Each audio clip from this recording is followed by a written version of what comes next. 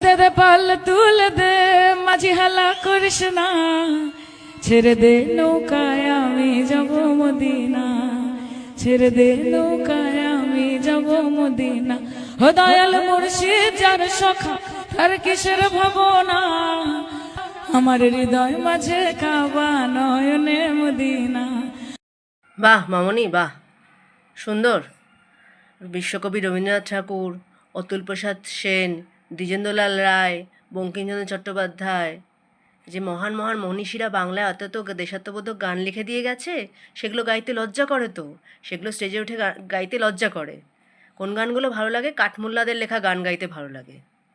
হ্যাঁ, ওদের চাটতে হবে তো, ওদের না চাটলে তো জীবনে সুখ নেই। হ্যাঁ, বাংলা জুড়ে, সারা ভারতবর্ষ জুড়ে কত সুন্দর সুন্দর ভগবানের জায়গা আছে। কাশী বেনারস, মথুরা বৃন্দাবন, কামাখ্যা মা, তিরুপতি, কন্যাকুমারী, রামেশ্বরম, জ্যোতির্লিঙ্গ, 12টা জ্যোতির্লিঙ্গ, সারা ভারতবর্ষ জুড়ে সর্বত্র বৈষ্ণোদেবী, কত জায়গা, নাম নিয়ে শেষ করা যাবে না। সে জায়গাগুলোতে যেতে ভালো লাগে না, সে জায়গাগুলোর নাম করতে ভালো লাগে না, লজ্জা করে। কোথায় যেতে ভালো লাগে? মদিনা যেতে ইচ্ছে করে, মক্কা যেতে ইচ্ছে করে, কারণ চাটতে হবে তো। সংখ্যালঘুদের না চাটলে যে ভোট ব্যাংকটা ভর্তি হবে না। এই করে করে তো বাংলাতে তোষণ পোষণ করতে করতে ওদেরই সংখ্যা বাড়িয়ে দে। বাঙালিদেরকে ঘরছাড়া করতে আর বেশি দিন নেই।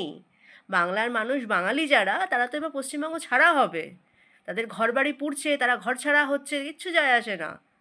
মুর্শিদাবাদ, বাংলায়, মালদায়, সর্বত্র তারা ঘর ছাড়া হচ্ছে, কিচ্ছু যায় আসে না, ওদিকে কোনো ভ্রুক্ষেপই নেই। কারণ সংখ্যালঘুদের চাটতে হবে যে, না, ওদেরকে তোষণ পোষণ করতে হবে, ওদের থেকে ভোট পেতে হবে। খুব ভালো লাগে ওদের চাটতে। 100টা শুয়োর মরেছিল বলে বাংলায় তোর মতো একটা শুয়োরনি জন্মেছিল।